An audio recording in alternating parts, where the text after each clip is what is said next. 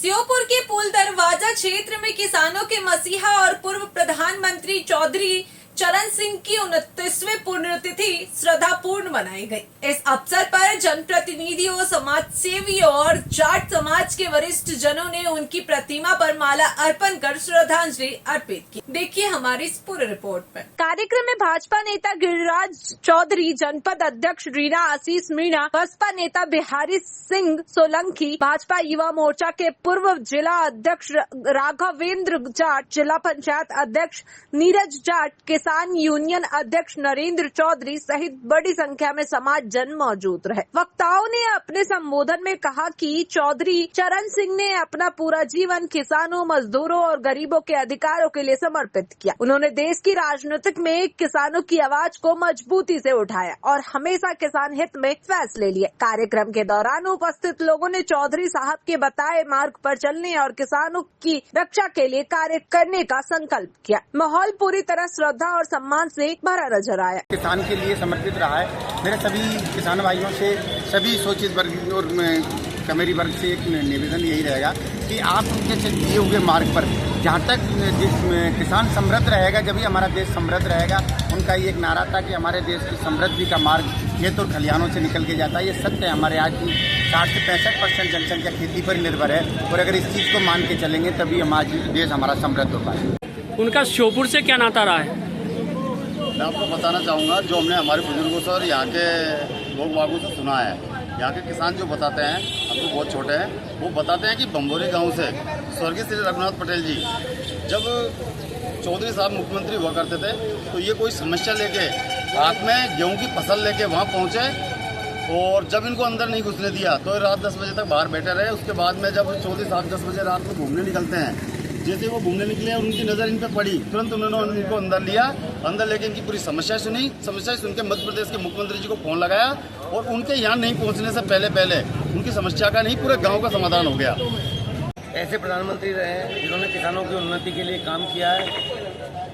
पूरे पश्चिमी यूपी में आज जो गन्ना मिले हैं, जो किसानों को आसानी से उपलब्ध है, उसके लिए बहुत महत्वपूर्ण काम चौधरी चरण सिंह जी ने किया है। और जब तक चौधरी चरण सिंह जी रहे, जीवन भर किसान उन्नति के लिए काम करते रहे। ऐसे महान विभूति को पूर्व प्रधानमंत्री रहे, किसानों के मसीहा रहे। इस संबंध में आप किसानों को क्या संदेश देना चाहेंगे?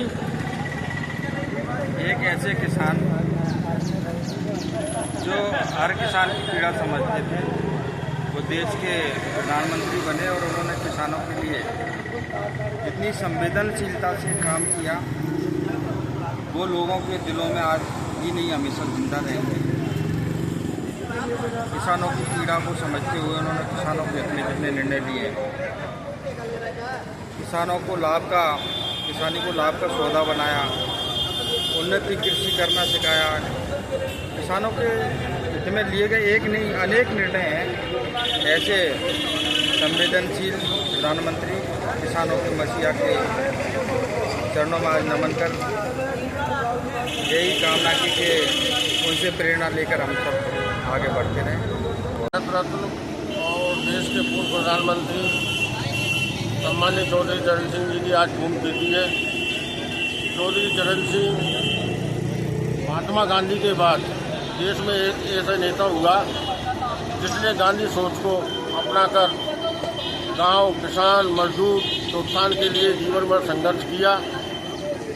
लगभग जीवन के 3 साल वो आज़ादी की लड़ाई में जेल में रहे और दूसरी आज़ादी की लड़ाई उन्होंने राजस्व मंत्री उत्तर प्रदेश रहकर, जो हजारों बीघा राजा महाराजाओं के पास ज़मीन थी, किसानों को, मजदूरों को, बटाईदारों को मालिक बनाकर उन्होंने इस देश के किसानों का उत्थान का कार्य शुरू किया, जो पूरे देश में लागू हुआ।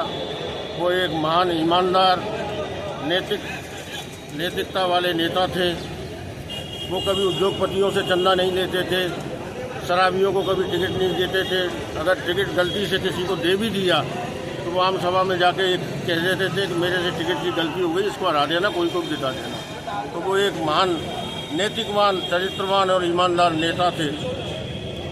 आप क्या संदेश देना चाहेंगे वैसे? मैं यही कहना चाहूँगा कि अगर व्यक्ति के अंदर दृढ़ विश्वास हो, चेतना हो और उसके कर्म अच्छे हों, तो वो एक किसान का बेटा होने के बावजूद भी भारत के जो सर्वोच्च संवैधानिक पद है एक प्रधानमंत्री बन सकते हैं और युवाओं को और समस्त देशवासियों को वो प्रेरणा दे सकते हैं कि उनके सद्मार्ग पर चलें, उनके द्वारा बताए हुए मार्ग पर चलें और देश के विकास में, राष्ट्र के विकास में अपना योगदान दें।